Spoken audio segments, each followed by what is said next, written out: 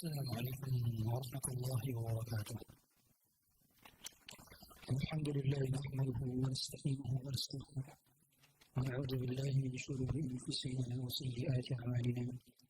من يهده الله فلا مضل له ومن يضلله فلا هادي له.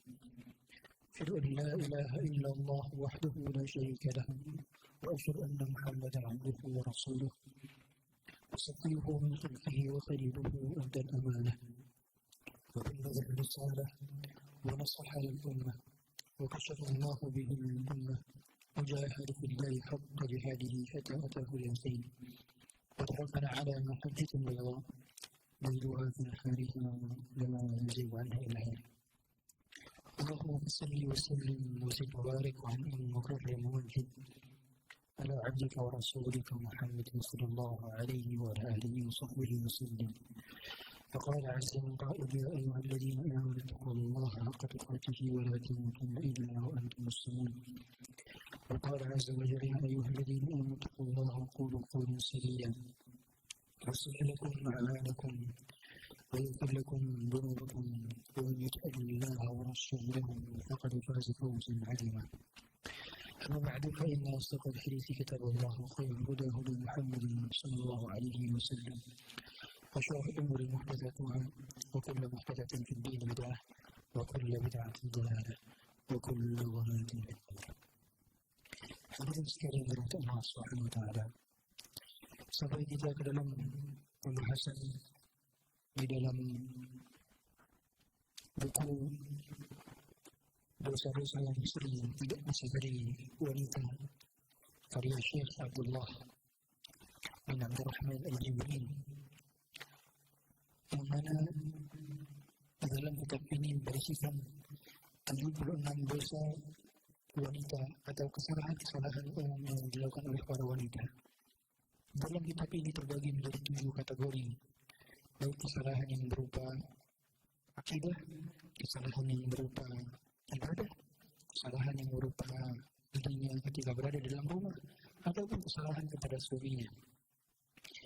Maka kita mengetahui dosa-dosa ini bukan untuk melakukan dosa tersebut, tapi agar jangan sampai kita melakukannya dan jangan sampai istri kita juga melakukannya.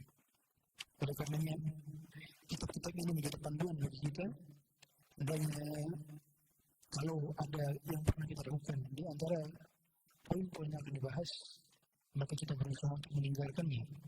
Dan kalau kita belum pernah melakukannya, maka kita mencegahnya agar jangan sampai kita melakukannya. Ini sekali dari Allah Subhanahu wa taala. Kemarin kita sampai di pembahasan kesalahan wanita berkenaan dengan pakaian dan berhias. Kesalahan wanita berkenaan dengan pakaian dan berhias. Memang pada dasarnya fitrah wanita senang berhias, dan di antara hal yang akan didapati wanita ketika berada dalam surga adalah perhiasan. Memang fitrahnya wanita senang dengan perhiasan. Oleh karena di dalam surga, wanita-wanita yang tidak menikah dan belum menikah ataupun menikah dengan suami, tapi suaminya masuk neraka, sedangkan dia masuk surga, maka kalau suami masuk neraka selama-lamanya dan dirinya masuk surga, maka di surga nanti dirinya mendapatkan perhiasan-perhiasan bukan bidadari. Inilah yang menjadikan fitrahnya wanita memang senang perhiasan. Kita lihat pertama berkenaan dengan pakaian dan berhias para wanita adalah tidak konsisten.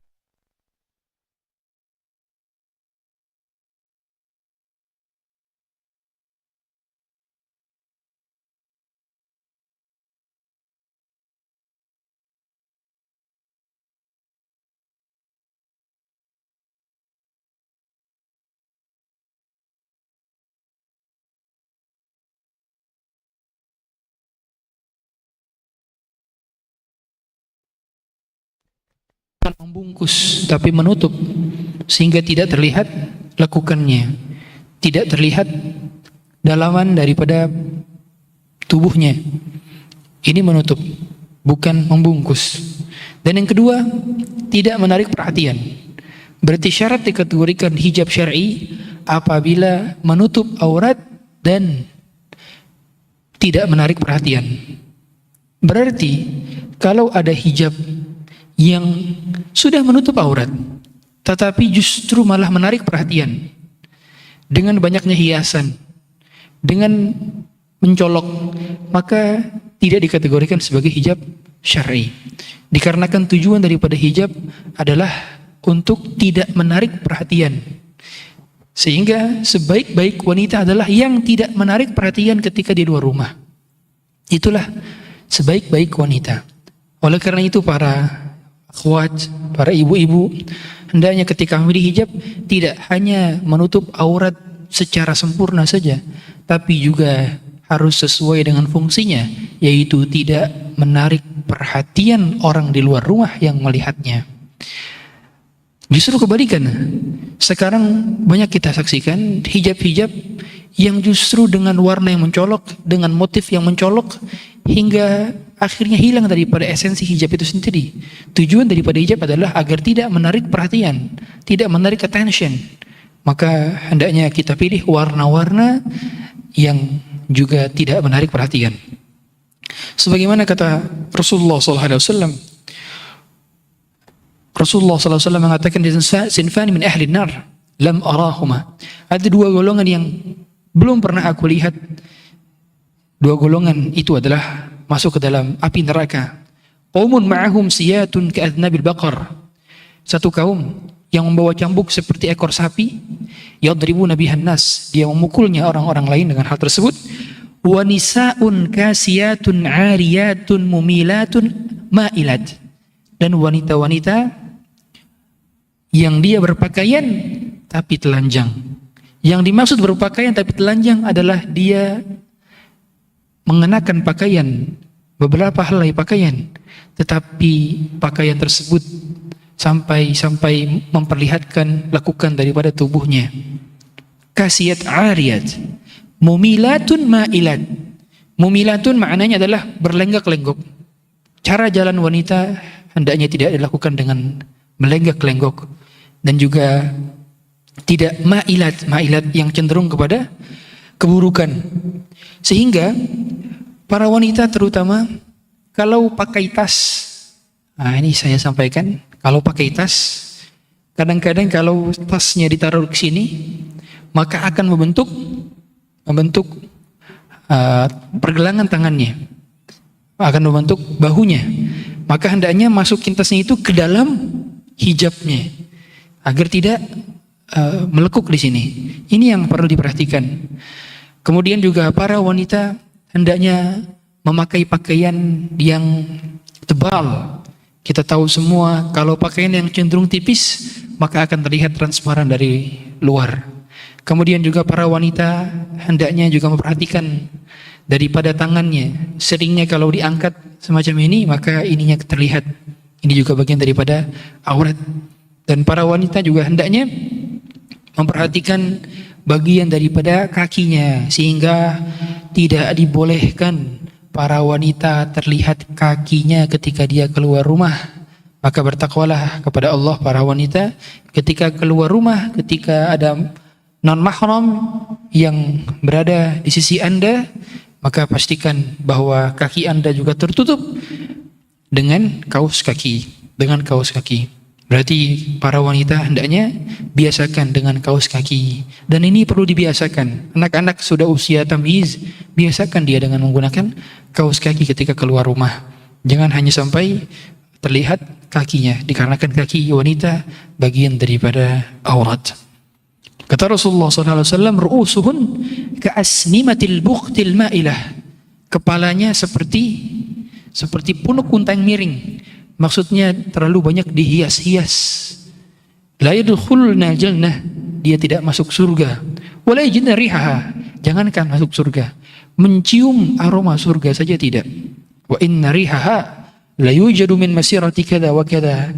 Ketahuilah wangi surga itu tercium dari jarak yang amat jauh. Beberapa tahun perjalanan baru dapat tercium aromanya. Aromanya saja tercium dari arah jauhan. Kalau tidak mencium aromanya apalagi memasukinya. Oleh karenanya sifat daripada kasiyatun ariyat, berpakaian tapi telanjang. Yang pertama, sifatnya adalah mereka berpakaian tapi auratnya terlihat. Menutup hijab, pakai dengan hijab, atasnya pakai hijab, tapi tangannya terbuka atau cuma sampai sini saja. Atau kakinya terlihat, tidak pakai kaos kaki. Ini sama bagian daripada kasiyatun ariyat. Ya. Saya tidak katakan percuma pakai hijab tapi seperti ini. Tidak, saya katakan saya mengapresiasi Anda sudah menggunakan hijab, tapi lebih sempurna lagi kalau Anda menutupi semua bagian daripada hijab, menutupi semua bagian daripada aurat. Oleh karena itu cara kita mengkoreksi saudara-saudara kita, saudari-saudara kita dengan apa? Diapresiasi dulu kebaikannya. Jadi jangan kita langsung judge. Percuma kamu pakai hijab kepalanya, tapi kakinya enggak dikos kakiin. Jangan gitu cara sampainya. Kita bilang gimana? Masya Allah, kamu sudah baik. Rambut kamu sudah tertutupi dengan hijab. Alangkah lebih baik lagi dan sempurna kamu, kemuliaan kamu, kalau kaki kamu juga tertutupi oleh kaos kaki. Begitu cara kita mengkoreksi. Dan juga penting kita menggunakan kaos kaki, kemudian pakaian-pakaian yang warnanya tidak nyaru dengan kulit. Ya, kaos kaki biasanya sering ini yang nyaru dengan kulit. Maka Anda pakai kaos kaki yang tidak nyaru dengan kulit, warna apapun itu. Karena itu menyerupai kulit sehingga dikategorikan kasiyatun ariyat. Yang kedua, wanita yang memakai pakaian tapi transparan. Sehingga bagian daripada pakaiannya itu terlihat ke dalam. Ini tidak diperbolehkan. Yang ketiga adalah berpakaian tapi membuat lekukan pada tubuh ketat, terlalu ketat. Oleh karenanya sebaik-baik pakaian wanita adalah yang menjulur panjang, tidak terlihat bagian daripada lekukan tubuhnya. Ya, sebagaimana di zaman Nabi SAW ketika hijab diwajibkan di tahun ke-5 Hijriah. Di hijab itu baru diwajibkan di tahun ke-5 Hijriah. Kata Ummu Salamah, ka'anna ala rusihin al-ghirban. Seolah-olah semua wanita itu seperti burung gagak. Berarti mereka warnanya apa? Hitam-hitam. Dan mereka panjang-panjang hijabnya. Itulah yang menjadikan semangatnya para sahabiat. Begitu diwajibkan hijab kepada mereka, langsung mereka menutupi diri-diri mereka seperti layaknya burung gagak di tengah malam. Hitam-hitam.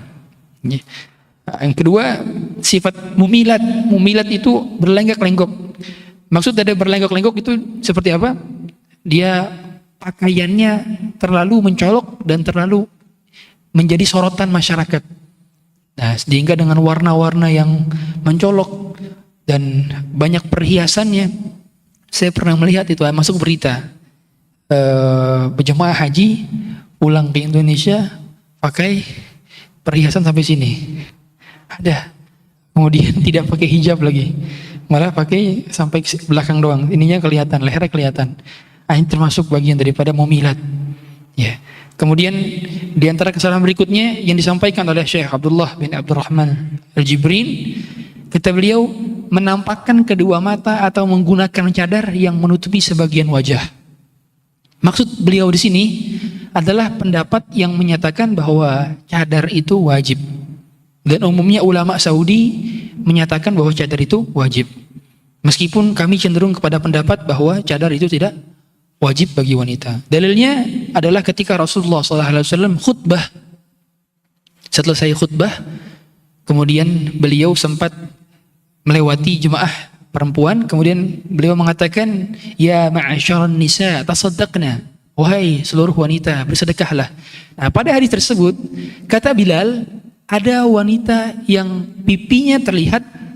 Kemudian dia berkata kepada Rasulullah, ya Rasulullah, apa yang menyebabkan kita banyak di neraka? Karena Rasulullah mengatakan, karena aku melihat, fa inni ra'aitukun aktsar ahli nar, aku melihat kalian adalah paling banyak penduduk neraka. Nah, salah satu wanita yang terlihat pipinya yang berwarna hitam itu berkata kepada Rasulullah, ya Rasul, apa yang menyebabkan kita banyak di neraka? Kata Rasulullah, tuksirna la'na wa takfurna al-ashir.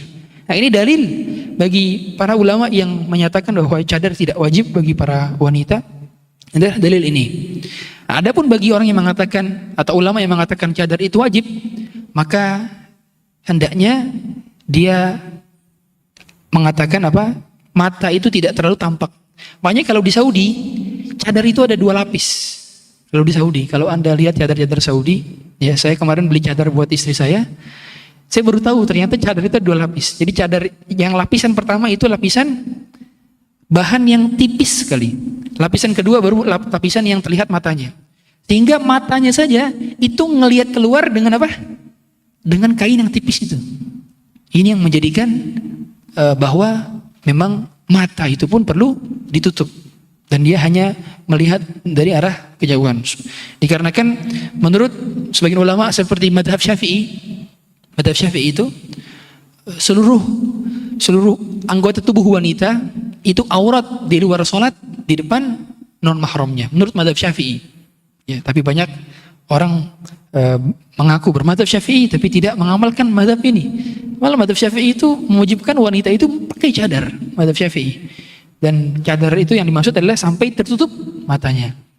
Nah, oleh karenanya kalau mereka mengambil pendapat bahwa cadar itu wajib, maka hendaknya kedua matanya juga tertutupi atau kelihatan sedikit saja, tapi tidak terlihat kelopak matanya yang indah. Ya.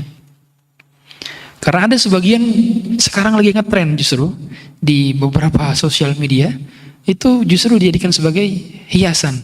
Nah, tujuan daripada bercadar itu untuk menutupi keindahan, sehingga sebaiknya pada saat Anda sudah bercadar tidak perlu lagi selfie dipoto, di-upload. Kalaupun difoto maka sebaiknya jadikan simpan di galeri, tidak di-upload. Karena tujuan daripada cadar adalah untuk menutupi keindahan. Kalau keindahan matanya ditampakkan berarti tujuannya hilang kan gitu. Tujuannya hilang gitu ya. Kemudian yang berikutnya sebagaimana kata Syekh Abdullah bin Abdurrahman Al-Jibrin, berkeliaran di luar rumah dengan berdandan dan bersolek. Maka ini juga termasuk kesalahan yang banyak dilakukan oleh para wanita. Oleh karenanya Allah mengatakan waqarna fi buyutikun wa la tabarrujna tabarrujal jahiliyatil ula. Diamlah di rumahmu dan janganlah bertabarruj seperti tabarrujnya orang-orang jahiliyah. Allah Subhanahu wa taala mengatakan dalil ini akhirnya ada sebagian istri Nabi yang betul-betul sampai-sampai tidak mau keluar rumah seperti Zainab bintu Jahshin dan Saudah. Pada saat itu Zainab bintu Jahshin dan Saudah akhirnya nggak mau pergi haji, padahal beliau punya kesempatan untuk pergi haji, sampai-sampai khawatir dengan larangan dari Allah Subhanahu wa taala. Dikarenakan juga Rasulullah SAW mengatakan hadhihi, ini saja. Jadi sebelumnya mereka sering diajak oleh Rasulullah SAW ikut perang. Dia kalau safar ikut. Tentu dengan apa? Dengan undian. Ada yang ikut perang Badar, ada yang ikut perang di Khaybar, ada yang ikut perang di Hunain dan seterusnya. Jadi ada yang tetap diikutkan. Okay. Dan di antara bentuk berdandan dan bersolek itu seperti dia pakai pakaian ketat, pakaian terbuka, atau pakaian yang bagian dadanya ini tetap terlihat. Sehingga para wanita hendaknya kita menutupi bagian dada juga dengan pakai hijab yang panjang-panjang, ya. Terutama juga yang sekiranya sudah bercadar, maka alangkah lebih layak lagi kalau hijabnya yang panjang, ya. Kemudian juga menggunakan, kalau seandainya Anda tidak bercadar, maka kalau berhias maka tidak sampai mencolok, apalagi keluar rumah. Dan para wanita hendaknya kalaupun bibirnya mau pakaiin buat lipstik seperti itu, maka hendaknya bukan lipstik yang berhias, tapi supaya bibir tidak kering saja. Apa itu namanya? Saya nggak tahu. Yang buat tidak kering saja itu bibirnya, bukan buat dihias. Itu apalagi untuk keluar rumah jangan. Ya, Anda di rumah berdandan secantik-cantiknya, jadilah ratu di rumah. Di luar rumah jangan seperti itu. Ya, di luar rumah tetap tidak perlu ada orang yang mengenal Anda, tidak perlu Anda bertampil. Cukup pujian suami Anda sebagai pujian terindah yang pernah Anda dengar di telinga Anda. Pujian orang lain tentang penampilan Anda tidak berarti. Pujian suami itulah yang menenteramkan hati dan menjadikan dada. Itu yang Anda harus cari. Jadi kalau suami Anda tiap hari berkata, Masya Allah, cantiknya istriku ini. Itu yang harus Anda cari. Tidak perlu komentar-komentar di sosial media atau komentar orang lain. Cantik sekali si Tidak perlu. Cukup mereka, karena komentar mereka tidak berarti. Komentar mereka tidak menambah pahala. Ya. Tapi kalau komentar suami, kamu cantik sekali penampilannya. Ketika di rumah, menambah pahala atau tidak? Menambah pahala. Karena keriduan suami itu menjadi surga bagi istri. Sebagaimana kata Rasulullah SAW, Unzuri aina anti minhu fa innama huwa jannatuki wa naruk. Lihatlah kamu di sisinya. Suamimu adalah surga dan neraka sekaligus bagimu. Ridhonya adalah surga, murkanya adalah nerakamu. Makanya carilah pujian suami-suami Anda dalam rumah. Berikan pelayanan terbaik. Jadilah wanita-wanita penghuni surga. Kemudian di sini dikatakan juga bahwa wanita itu kalau keluar rumah itu dia dinaungi oleh syaitan. Syaitan akan memperindah,nya, membuatnya tampil menawan. Inilah yang menjadikan mengapa wanita ketika keluar rumah maka hendaknya dia jangan berlenggak-lenggok, bersolek, apalagi memakai parfum yang semerbak. Jadi ciri parfum wanita itu wanginya ke dalam. Kalau parfum laki-laki wanginya keluar. Ketika dia di luar rumah. Adapun kalau di dalam rumah, maka silahkan pakai parfum yang semerbak apapun itu. Di dalam rumah untuk endapan suaminya. Nah, jadi ciri parfum sebagaimana kata Rasulullah SAW, kalau laki-laki itu parfumnya tidak berwarna, tapi wanginya semerbak. Kalau wanita parfumnya berwarna, tapi wanginya ke dalam. Berarti dalam hal ini wanita itu hendaknya kalau keluar rumah cukup pakai deodoran atau hal semisal. Bedak misalnya untuk di ketiaknya, tidak perlu pakai parfum-parfum yang sampai menyengat keluar. Kemudian di sini disebutkan poin berikutnya, kata Syekh Abdullah bin Abdurrahman Al-Jibrin, ikut-ikutan tren model baju atau bentuk sisir rambut atau kosmetik dan tren kewanitaan lainnya. Maksud Syekh Abdullah ini adalah mereka yang selalu up to date dengan gaya model terbaru mengenai pakaiannya. Kita tahu semua, sekarang justru banyak sekali model-model muslimah yang macam-macam, fashion show dan dihias berbagai macam. Yang ini seperti tidak perlu. Para wanita tidak perlu sibuk dengan gaya model tertentu. Justru yang harus Anda cari, gimana ketika berada dalam rumah. Mas itu senang kalau aku pakai apa? Mas itu senang kalau aku dandannya kayak gimana? Mas itu senang kalau aku pakai parfum yang mana? Itu yang Anda tanya kepada suami Anda. Karena kalau di luar rumah, komentar orang tidak penting. Pujian orang tidak penting, apalagi hinaan orang. Berarti yang harus Anda cari di dalam rumah. Bagaimana berhias di hadapan suami. Karena umumnya baju-baju muslimah yang dihias-hias dengan berbagai macam motif dan atribut di atasnya atau di bawahnya, ya, itu untuk menarik apa? Untuk menarik pujian orang lain di luar rumah kan, gitu. Sedangkan yang Anda butuhkan adalah pujian dan kesan daripada suami Anda dalam rumah. Maka betapa bahagianya wanita yang menjadi bidadari di dunia sebelum menjadi bidadari di surga. Oleh karenanya ini kesalahan-kesalahan yang tidak perlu diikuti. Oleh karena itu nggak perlu kita terlalu up to date dengan model-model gaya di barat atau model-model fashion di negara-negara luar. Tidak perlu. Sibukkan dengan hal yang bermanfaat. Ternyata hal yang paling bermanfaat bagi Anda, wahai para wanita, adalah menuntut ilmu agama. Dan menuntut ilmu agama nggak harus pakai pakaian yang paling modis, yang paling terbaru, nggak harus. Yang paling penting untuk Anda adalah melayani suami Anda di rumah. Yang paling penting untuk bagi Anda adalah memiliki ilmu untuk mendidik anak-anak Anda di rumah. Itu yang paling berharga di dunia dan di akhirat nantinya. Kemudian kesalahan yang berkenaan dengan rumah tangga dan hubungan suami istri. Kalau tadi kesalahan yang berkenaan dengan pakaian dan cara berhias, maka sekarang kita masuk ke dalam bahasan kesalahan wanita yang berkenaan dengan rumah tangga dan hubungan suami istri. Yang pertama, menggunakan bejana atau peralatan furniture yang itu terbuat dari emas dan perak untuk makan dan minum. Ini tidak diperbolehkan. Sebagaimana sabda Rasulullah SAW, la tashrabu fi aniyati adh-dhahabi wal fiddah wa la talbasul harira wad dibaj fa inna lahum fid dunya wa lana fil akhirah.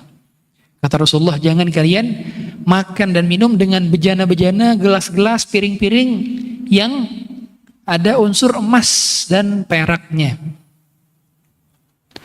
Dan juga bagi laki-laki, wala talbasul harira wad dibaj. Jangan pakai kain sutra. Harir sama dibaj itu sama-sama sutra. Karena kata Rasulullah apa? Kenapa diharamkan bagi kita untuk pakai bejana-bejana emas, perak, dan juga pakai sutra lagi laki-laki? Kenapa? Dalilnya jelas sekali. Fa inna lahum fid dunya wa lana fil akhirah. Udah biarin aja orang-orang kafir yang pakai itu di dunia sekarang. Kita nanti di surga pakainya. Ini luar biasa. Kalau kita lihat bagaimana Rasulullah SAW dulu ketika ditanya oleh Umar bin Khattab pada saat beliau memboikot istri-istri yang selama 1 bulan 29 hari, dilihat perabotan rumahnya kecil, sedikit saja. Jadi hidup manusia yang paling efisien di muka bumi itu siapa? Rasulullah SAW. Tidak ada manusia yang hidupnya paling efisien melebihi Rasulullah SAW. Rasulullah itu kalau beliau butuh, beliau konsumsi. Kalau ada sisa, beliau sedekahkan. Jadi nggak numpuk-numpuk barang. Apa yang beliau butuhkan, beliau konsumsi. Sisanya kalau beliau nggak butuhkan, sedekahkan. Sedangkan kita lihat, kita demen banget koleksi-koleksi barang. Sepatu punya lebih daripada 1. Tas punya lebih daripada 1. Lihat, pakaian kita lihat di wardrobe kita, buka lemari, lihat. Banyak yang gak kita pakai tapi kita tumpuk-tumpukan. Kita lihat koleksi jam tangan, koleksi handphone, koleksi topi, koleksi ini dan itu. Jauh kita dari hidup Rasulullah SAW. Padahal yang kita bawa nantinya hanyalah beberapa helai kain putih tak berjahit. Padahal yang kita bawa nantinya hanyalah amal soleh. Sisanya akan kita tinggalkan. Maka untuk apa? Banyak kumpul-kumpul. Maka saran saya, apalagi ini menurut pemerintah itu adalah bagian daripada fast fashion. Industri fast fashion ini menjadikan limbah pakaian menjadi banyak. Dan Indonesia termasuk salah satu daripada penyumbang industri fast fashion terbesar di dunia.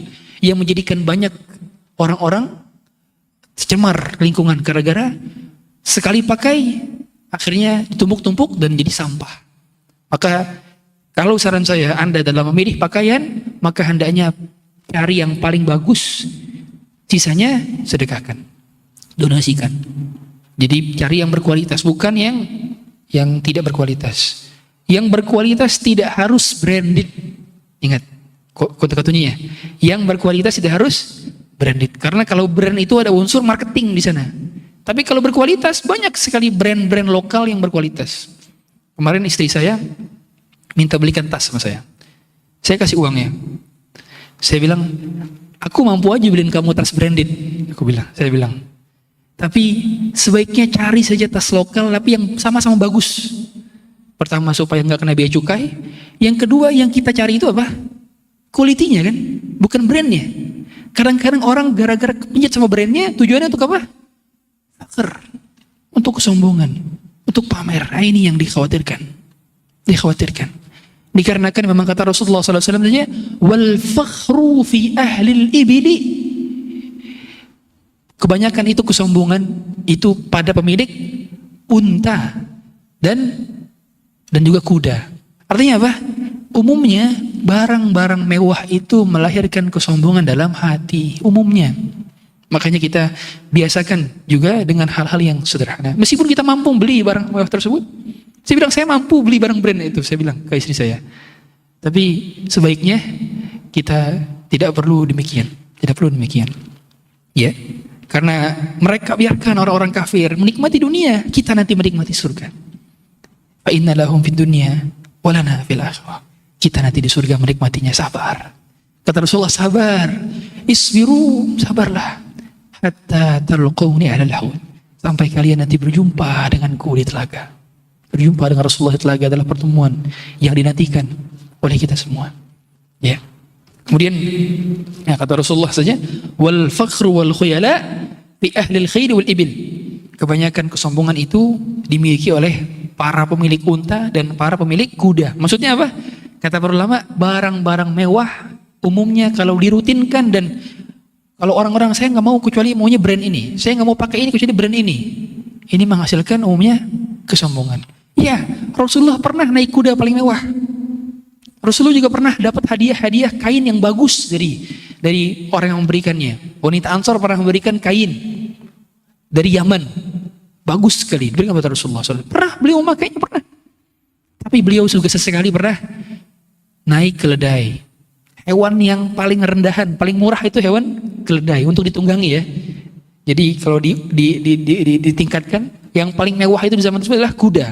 Paling rendahan adalah keledai. Beliau nggak ngerasa gengsi untuk naik keledai. Beliau juga pernah, meskipun beliau pernah dapat sendal, dapat hadiah, pernah dapat sendal dari Dihyah Al-Kalbi, dapat sendal bagus. Dapat sendal dan sepatu bagus dari Dihyah Al-Kalbi, langsung pakai pernah dalam hadis riwayat Tirmidzi. Tapi beliau tidak segan-segan.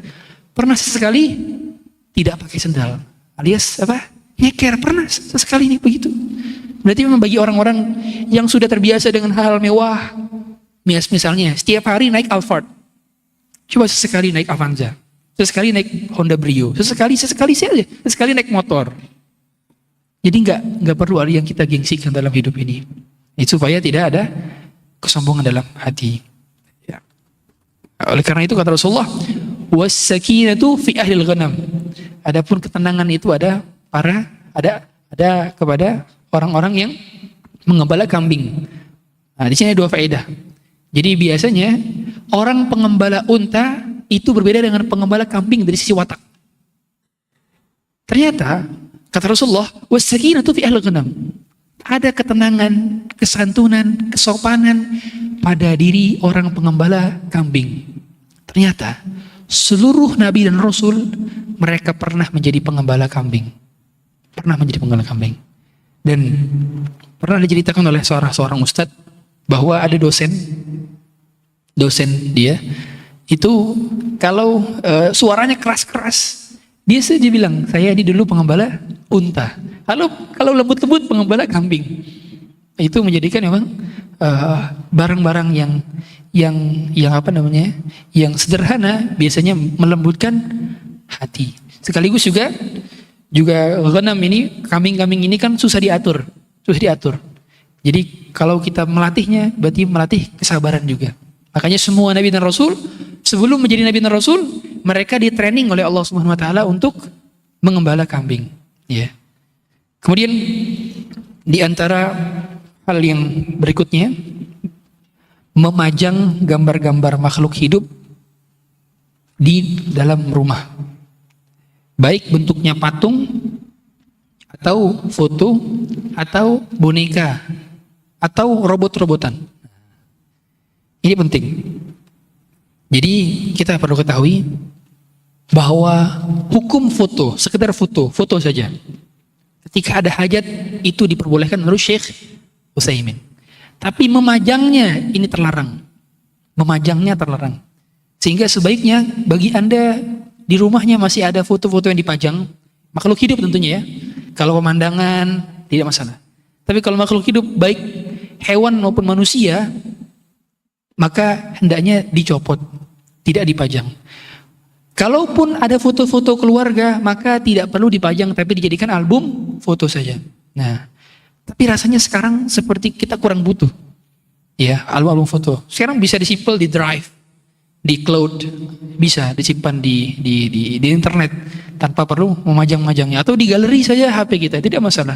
Adapun memajangnya inilah yang para ulama menantang keras. Bahkan bagi yang membolehkan foto pun itu menantang keras dipajang. Kemudian juga boneka. Boneka boleh hukumnya dimainkan oleh anak kecil. Sebagaimana dahulu Aisyah main boneka. Dan Rasulullah menyaksikan dan Rasulullah mendiamkannya.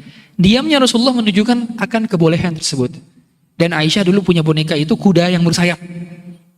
Nah, ini menunjukkan boleh pakai boneka. Tapi dengan syarat tidak boleh dipajang.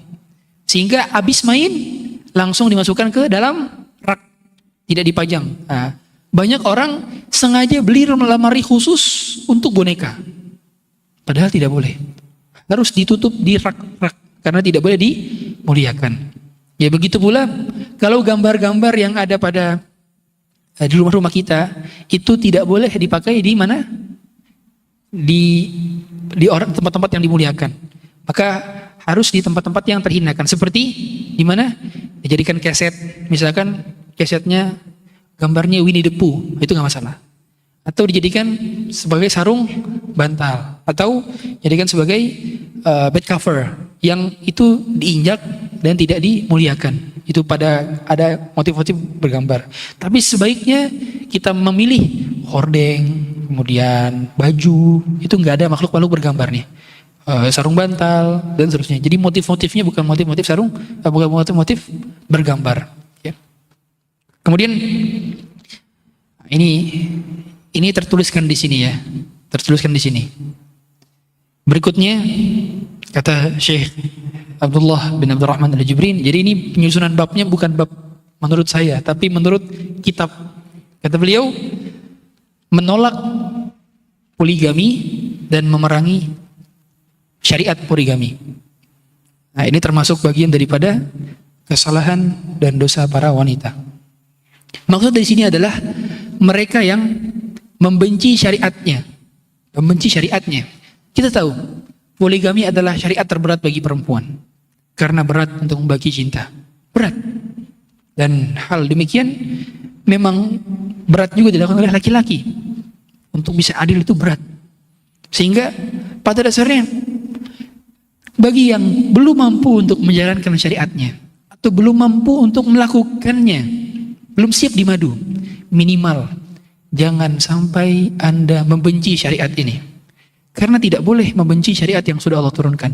Bahkan kata para ulama, kalau ada orang yang benci syariat, bisa masuk dalam kaidah kekufuran. Kalau benci kepada syariatnya.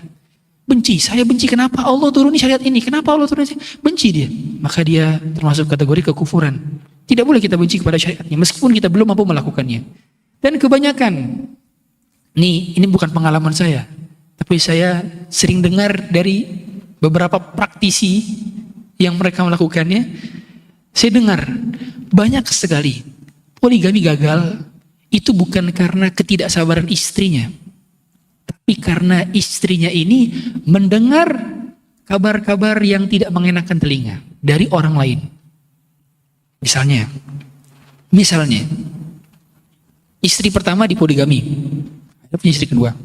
Istri pertama ini setiap kali ke kajian, gimana sabar ya sekarang ya, sabar ya. Nah, kayak begitu, itu justru yang menjadikan percekcokan rumah tangga. Asal udah sabar-sabar, tapi dikompor-komporin. Ini yang menjadikan pada dasarnya banyak orang tidak sadar melakukan dosa besar. Dan ini termasuk bagian daripada menjadikan rumah tangga orang hancur. Dan ini tidak diperbolehkan. Ya, oleh karenanya hendaknya kita kalau belum bersiap untuk melakukannya, maka tidak boleh membenci syariatnya. Sebagaimana kata Allah Subhanahu wa taala, "Wa ma kana lil mu'minin wa la mu'minatin idza qada Allahu wa rasuluhu amran an yakuna lahumul khiyaratu min amrihim wa may ya'sillaha wa rasulahu faqad dhalla dhalalan mubina." Tidak boleh bagi orang mukmin dan mukminah ketika Allah dan Rasulnya telah memerintahkan, menetapkan satu permasalahan, mereka menolak. Wa may ya'sillaha wa rasulahu, siapa yang bermaksiat kepada Allah dan Rasulnya, faqad dhalla dhalalan mubina, maka dia akan tersesat dengan kesesatan yang nyata. Kemudian berikutnya, tidak taat kepada suami, membantahnya dengan kasar, mengangkat suara di depan suami, mengingkari kebaikannya, dan selalu mengeluh kepada suami, baik dengan sebab ataupun tanpa sebab. Berarti taat kepada suami itu tidak mudah. Wajar Rasulullah SAW memasukkan syarat, idza shallatil mar'atu khamsaha wa shamat syahraha wa hafizat farjaha wa ata'at ba'alaha. Kalau perempuan salat 5 waktu, salat 5 waktu mudah sulit? Insyaallah mudah. Wa shamat syahraha, puasa Ramadan mudah, apalagi wanita biasanya ada haid datang bulan sehingga puasanya tidak full 30 hari. Kemudian wa hafizat farjaha, menjaga kemaluannya. Insyaallah ini bagi orang-orang yang diam di rumah mudah. Tapi yang terakhir, wa ata'at ba'alaha. Rasulullah menaruh di poin terakhir, taat kepada suami. Kenapa? Karena sulit. Tidak mudah bagi para wanita untuk taat kepada suaminya. Tidak mudah. Karena sifat tabiat wanita, memang dia tercipta dari tulang rusuk yang bengkok. Dia tercipta dari tulang rusuk yang bengkok. Bukan berarti kita sebagai laki-laki menghinakannya. Bukan. Tapi agar kita berlemah lembut kepadanya. Memang, kalau kita didik dengan kasar, dia akan patah. Tapi kalau kita diamkan begitu saja, kita tidak mendidiknya, kita membiarkannya, maka dia akan semakin bengkok. Maka memang para laki-laki, para suami, dalam mendidik wanita itu seperti main layang-layang. Kadang kita narik, kadang kita ulur. Kadang kita menegur, kadang kita juga hendaknya mentolerir. Jadi memang harus main ulur. Karena memang tabiatnya dia tercipta dari tulang rusuk yang bengkok. Makanya kata Rasulullah SAW, urfuq bil qawarir. Bersabarlah dan santun dan kasih sayanglah kepada gelas-gelas kaca. Karena memang mereka adalah gelas-gelas kaca. Nah, gelas-gelas kaca ini kita hendaknya mendidiknya dengan pendidikan yang baik. Oleh karenanya, kata Rasulullah SAW kepada bibi daripada Husain bin Muhsan, kata beliau, unzuri aina anti minhu. Lihatlah bagaimana kondisimu di hadapannya. Fa innahu jannatuki aw naruk. Dia adalah surgamu atau nerakamu.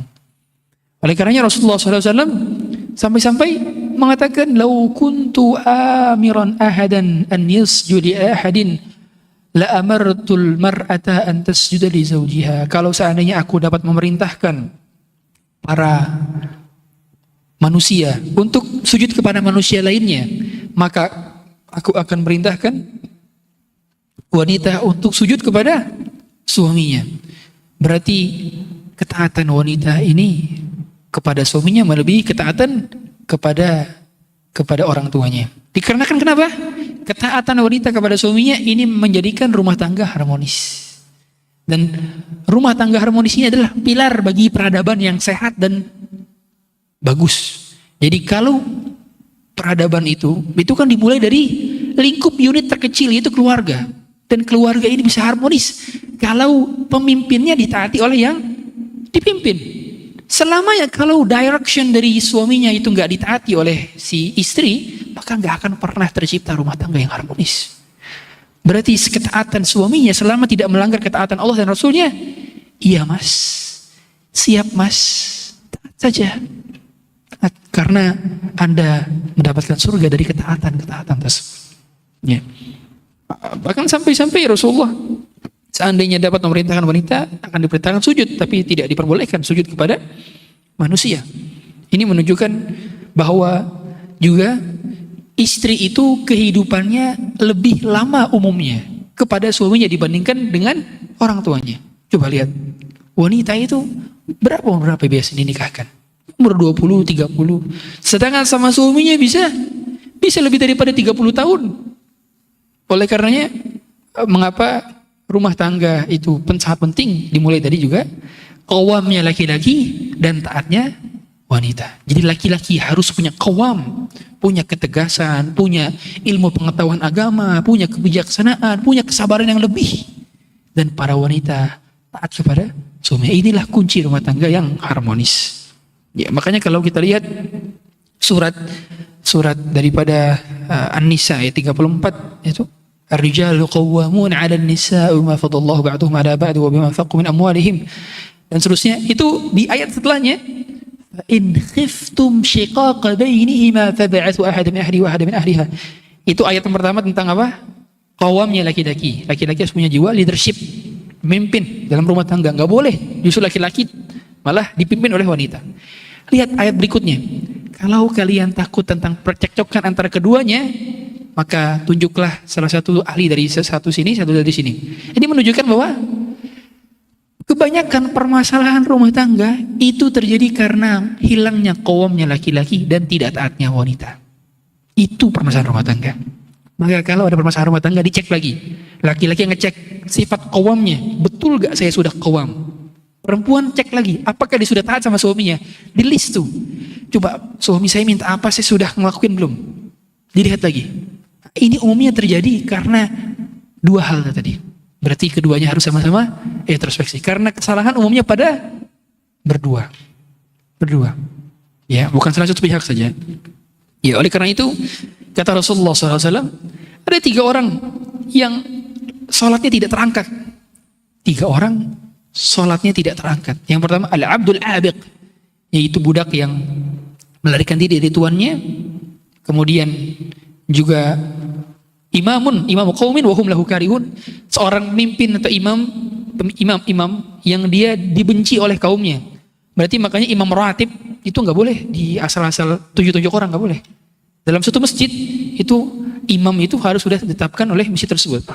Kalaupun kita menjadi imam, maka harus izin dengan si imam ratib tersebut. Yang ketiga adalah apa? Wa mra'atun batat wa zawjuha sakhitun.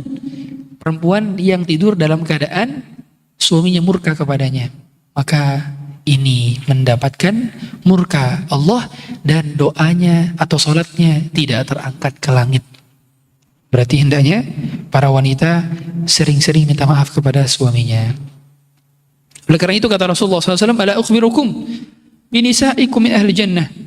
Maukah kalian aku kabarkan tentang wanita-wanita penduduk surga? Ada ciri 3-nya. Yang pertama al-wadud, al-a'ud ala zawjiha. 3. Yang pertama, mereka adalah orang-orang yang hatinya penuh dengan kecintaan. Berarti al-wadud ini kategorinya adalah yang penyayang. Berarti wanita itu semakin lembut, semakin penyayang, itu sebaik-baik wanita penduduk surga. Yang kedua al-walud, dia subur. Berarti punya banyak anak. Tapi ini bagian daripada rezeki. Kita bisa mengusahakannya, tapi Allah yang menentukannya. Buktinya istri-istri Nabi, kebanyakan di antara mereka tidak punya anak. Yang punya anak hanya Khadijah saja. Maria Qibtiyah punya anak, tapi dia bukan istri Nabi. Dia adalah budaknya Nabi. Ini menunjukkan bahwa punya anak atau tidak itu adalah rezeki dari Allah Subhanahu wa taala. Yang ketiga adalah al-a'ud ala zawjiha, yang senantiasa kembali kepada suaminya. Dia memohon maaf duluan, barangkali tidak salah, tapi dia memohon maaf duluan karena dia paham permintaan maafnya tersebut menjadikan suami itu iba kepadanya, sayang kepadanya. Itu. Oleh karenanya para wanita yang semacam ini, Anda para laki-laki harus mencarinya. Barangkali fisiknya biasa saja, barangkali posturnya biasa saja, tapi dia punya sifat ini, al-wadud, al-walud, al-a'ud ala zawjiyah. Ini adalah wanita penghuni surga. Kalau kita sudah menikahi wanita semacam ini, rasanya kita sudah menggenggam bidadari-bidadari itu di dunia sebelum di surga. Ya, al-a'ud ala zawjiyah. Makanya dia kalau dia berbuat salah, dia memegang tangan suaminya, kemudian dia mencium tangan suaminya, dia mengatakan apa? La adzuqu ghumdan hatta tarda. Aku enggak bisa tidur wahai suamiku kecuali sampai engkau ridho kepadaku. Ini wanita penduduk surga. Jadilah wanita-wanita itu wahai para wanita. Kemudian yang berikutnya, membatasi kelahiran dan menyedikitkan tanpa ada alasan yang bisa diterima. Karena hal ini menyebabkan sedikitnya jumlah umat Islam. Nah, di sini disebutkan.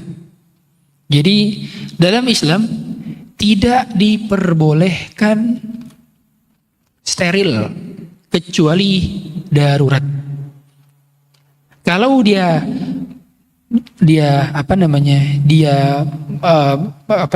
membatasi jarak, maka itu boleh.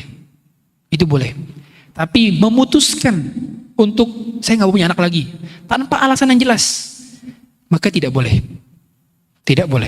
Sehingga patokan daripada untuk menentukan di jarak atau tidak, kemudian dibatasi atau tidak, ini patokannya adalah merujuk kepada ahli medis. Sehingga nggak boleh, saya mau child free sajalah, tidak boleh. Sehingga child free bukan bagian daripada ajaran Islam. Child free yang selama ini digemburkan oleh sebagian influencer, ini adalah bukan dari ajaran agama Islam. Karena Rasulullah SAW berbangga, fa inni mukatsirum bikumul umam yaumil qiyamah. Aku berbangga melihat kalian banyak nanti di hari kiamat. Ya, karena hal demikian berarti mempersedikit umat Rasulullah SAW. Adapun kalau sifatnya dia membatasi kelahiran, karena memang menurut medis ini berbahaya. Kalau dia hamil lagi maka itu menjadikan ibunya bisa meninggal dunia misalnya. Menurut medis demikian. Maka barulah hal demikian bisa dilakukan. Tapi kita lihat, saya punya bibi dari istri saya. Itu dia bisa 6 kali lahiran sesar semua. Bisa. Dan ada wanita di Saudi pun begitu. Di Saudi cenderung rahimnya kuat-kuat. Ya, banyak di antara mereka yang juga melakukan demikian. Tandanya kita bisa komparasi. Saya pernah mengisi daurah pengganti Ustaz Dr. Rehanul Bahrin di Hotel Grand Alia. Itu waktu itu saya bersama dokter juga, Dokter Objin. Saya nanya, "Dok, kira-kira kalau dokter menyuruh untuk dibatasi kelahirannya, itu ada unsur subjektifnya gak?" "Iya Ustaz." Jadi hendaknya kita itu komparasi. Jadi nggak berpatok kepada satu dokter. Misalnya, dokter ini nyuruh steril, harus komparasi kepada dokter-dokter lainnya. Jangan cuma berpatok pada satu dokter, karena ada unsur subjektif hal tersebut. Dan menurut undang-undang juga tidak boleh asal sterilisasi dalam hal ini, gitu ya. Kemudian yang berikutnya, mengira bahwa dia tidak dimintai pertanggungjawabannya di hadapan Allah Subhanahu wa taala tentang kepemimpinannya dalam keluarga. Ingat, yang dimintai pertanggungjawaban adalah semua manusia. Jadi jangan sangka bahwa yang dimintai pertanggungjawaban itu hanya suami saja dalam rumah. Tidak. Wanita pun dimintai pertanggungjawaban. Betul kata Rasulullah SAW, kullukum ra'in wa kullukum mas'ulun an ra'iyatih. Semua diantara kalian adalah pemimpin, dan pemimpin akan dimintai pertanggungjawabannya. Wal imam ra'in wa mas'ulun an ra'iyatih. Pemimpin akan diambil pertanggungjawabannya. Wal rajulu fi ahlihi ra'in.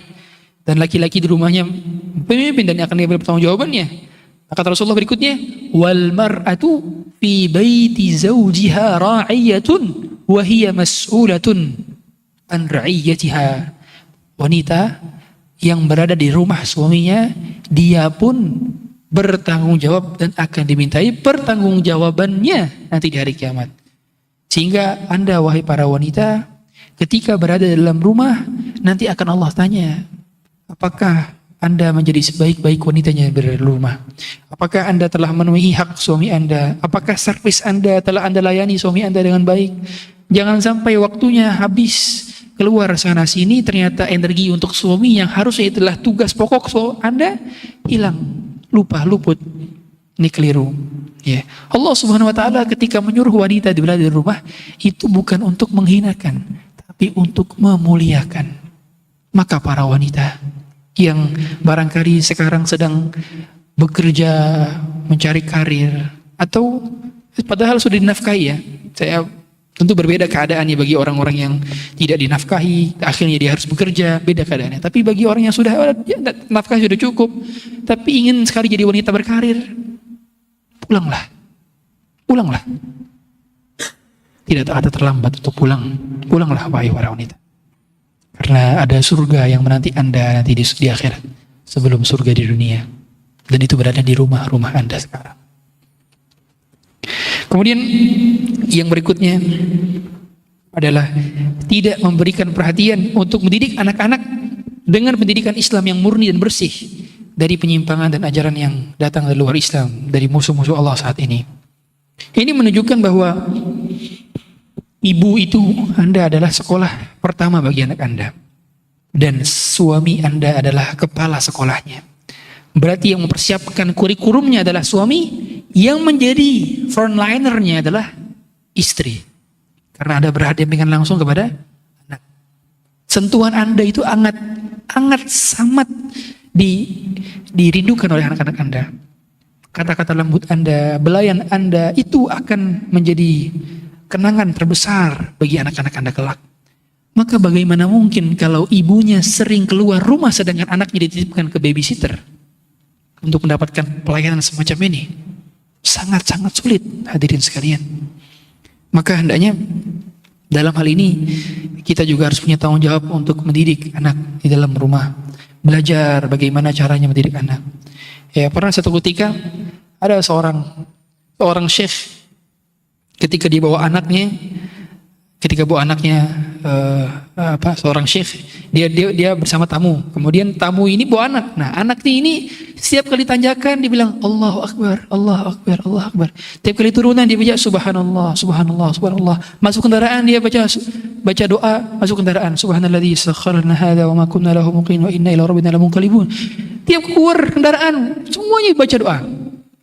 Si syekh nanya kepada tamu ini kamu yang ngajarin? Kata pemuda ini, tidak, bukan saya yang ngajarin. Yang ngajarin istri saya. Jadi selama ini yang ngajarin kalau naik, kita banyak sunah-sunah kita lalaikan. Kita kalau naik tanjakan, apalagi kalau kita punya rumah di Lembang, di puncak, itu naik tanjakan, itu kita baca Allahu Akbar. Betapa banyak kita take off pesawat, kita nggak baca Allahu Akbar, Allahu Akbar. Kita landing nggak baca subhanallah, padahal sunnahnya kalau nanjak baca takbir, kalau turun baca tasbih. Lupa. Sedangkan ternyata si anak ini dapat pendidikan dari mana? Dari ibunya. Maka wahai para ibu, Anda punya tanggung jawab besar untuk mendidik anak-anak Anda. Kemudian berikutnya, tidak perhatian. Ada yang ini. Tidak perhatian dalam menjalankan pekerjaan rumah tangga. Seperti membersihkan rumah, mencuci, memasak. Nah, inilah yang juga banyak dilalaikan para wanita. Memang kalau diperhatikan dalam masalah fikih tentunya, ada sebagian ulama yang mengatakan bahwa kewajiban wanita seperti mazhab Syafi'i, mazhab Hambali, itu mengatakan kewajiban wanita itu, mohon maaf sekali, ketika berada di atas ranjang. Selebihnya bukan kewajiban dia. Tapi seperti mazhab Maliki, itu mengatakan bahwa kewajiban wanita itu sesuai dengan urf yang berlaku di daerah tersebut selama tidak melanggar syariat. Sehingga apabila urf di masyarakatnya, wanita itu ya memasak, wanita itu ya mencuci, wanita itu ya membersihkan rumah, misalnya di urf di sana, maka itu juga bagian daripada kewajibannya selama tidak melanggar syariat. Dan begitulah memang juga kita saksikan para istri-istri Nabi, mereka melayani Rasulullah SAW di dalam rumah. Meskipun Rasulullah SAW juga membantu pekerjaan rumah istri-istrinya. Sebagaimana kata Aisyah ketika ditanyakan, "Kaifa kana Rasulullah sallallahu alaihi wasallam fi baitih?" Bagaimana Rasulullah berada di luar rumahnya? Kata Aisyah, "Kana fi mihnati ahli." Beliau senantiasa membantu pekerjaan istri-istrinya. Beliau ngapain? Ngejahit pakaiannya yang robek. Beliau ngapain? Memerah susunya. Wa yakhdumu nafsah, dan beliau juga melakukannya yang bisa dilakukan sendiri, beliau lakukan sendiri. Berarti dalam hal ini kalau seandainya di zaman itu ada kopi, mungkin kalau beliau ngopi, beliau bikin kopi sendiri, mungkin. Maksudnya berarti yakhdumu nafsahu itu pada pekerjaan-pekerjaan yang bisa dilakukan sendiri, beliau juga melakukan sendiri. Sehingga para suami, hendaknya kita tidak membebankan beban berat juga kepada para istri. Yang bisa dilakukan sendiri, lakukan sendiri. Andainya Anda bisa cuci sepatu sendiri, cuci sepatu sendiri. Andainya Anda bisa cuci peci sendiri, cuci peci sendiri. Jadi yang bisa dilakukan sendiri. Meskipun memang ketika minta tolong kepada istri-istri, maka hal ini diperkenankan. Berikutnya, menuntut cerai kepada suami tanpa alasan yang syar'i. Nah, ini berbahaya. Para wanita, bertakwalah kepada Allah. Jangan mudah mengucapkan minta cerai. Dan para laki bertakwa kepada Allah. Jangan mudah mengucapkan kata cerai, talak. Dikarenakan kata Rasulullah SAW, "Ayyuma imra'atin sa'alat zawjaha talaqan fi ghairi maba'sin," tanpa ada alasan yang jelas, "faharamun 'alaiha raihatul jannah," maka haram baginya mencium aroma surga. Kalau para wanita melihat perilaku suami yang tidak mengenakan dirinya, selama bukan pada perkara yang itu bagian daripada keluar dari agama, maka hendaknya tidak bermudah-mudahan meminta kalimat cerai. Banyak para wanita sedikit-sedikit minta cerai. Kecuali misalnya suaminya tidak sholat lagi, sudah nggak pernah sholat 5 waktu, sholat Jumat, sudah nggak pernah sholat lagi. Sudah diminta untuk sholat, diminta untuk taubat, nggak mau. maka tidak ada pilihan lain kecuali dia lebih baik untuk menikah dengan pria lainnya. Karena demikian memang wanita baik tidak pantas dengan laki-laki yang buruk.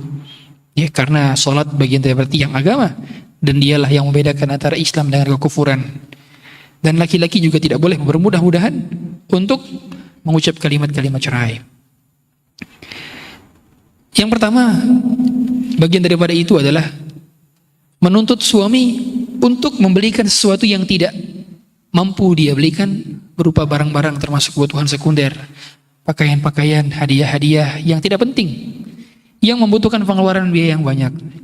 Ini bagian daripada ini adalah mereka para istri yang membebani suaminya dengan beban yang di luar dari kemampuan suaminya.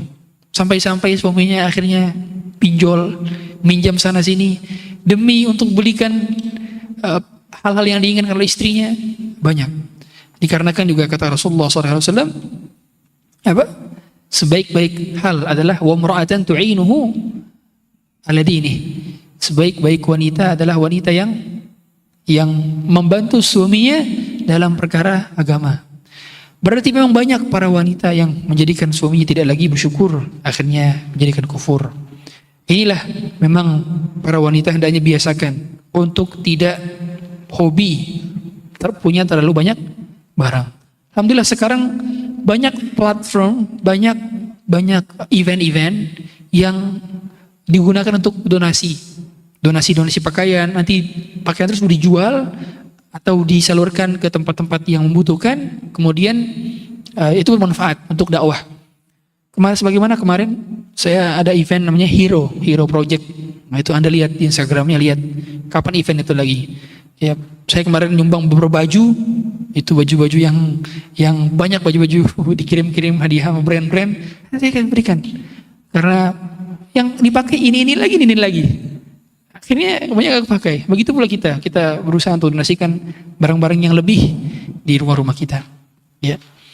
Karena semua nanti akan ditanya oleh Allah Subhanahu wa taala. Kenikmatan yang pada dasarnya ada nanti akan ditanya oleh Allah Subhanahu wa taala. Tsumma la tus'aluna yauma idzin 'anil na'im. Kemudian berikutnya menyebarluaskan cerita, percekcokan dan rahasia suami istri. Khususnya menyangkut hubungan ranjang di antara keduanya. Ini tidak boleh. Dalam perkara-perkara ini kita tidak diperbolehkan ikut campur dalam urusan rumah tangga orang lain. Oleh karenanya dalam isu-isu rumah tangga orang lain cukup diam. Kalau kita tidak tahu, tidak perlu tahu. Jadi kalau ada orang cerita, kamu tahu gak dia udah cerai sama suaminya? Kamu tahu gak dia itu lagi berantem sama suaminya? Kamu tahu gak dia kemarin begini? Jawabnya gimana? Mohon maaf, saya nggak tahu dan saya nggak mau tahu. Gitu. Memang nggak perlu mengetahui aib orang lain karena berat. Mengetahui aib orang itu suatu hal yang paling berat dalam hidup. Kita nggak perlu tahu. Bahkan para ulama saja seperti Abdullah bin Mubarak, tidaklah aku mendengar suatu berita buruk dari saudaraku kecuali aku tidak mau mengetahuinya dan tidak mau menyebarkannya. Aku khawatir hal tersebut juga akan menimpaku, kata dia. Memang kalau sekarang kita berbicara aib orang lain, maka tidak ada yang tidak mungkin ternyata di masa mendatang Anda juga nanti akan merasakan aib yang sama. Na'udzubillah. Maka tidak perlu kita bicarakan. Kalau tahu cukup diapain? Doakan, selesai. Tapi kalau ada perkara yang bisa kita lakukan dari amar ma'ruf nahi mungkar, silakan lakukan. Tapi seandainya kita juga tidak mampu melakukan amar ma'ruf nahi mungkar, maka cukup doakan. Karena banyak sekali permasalahan rumah tangga menjadi semakin runyam gara-gara dibicarakan oleh orang-orang yang tidak punya kepentingan di dalamnya. Berikutnya adalah jatuhnya perbuatan istri dalam hal-hal yang dilarang seperti puasa sunnah tanpa izin dari suami. Ini juga dilarang. Atau memasukkan orang lain ke dalam rumah suaminya tapi tanpa izin suami.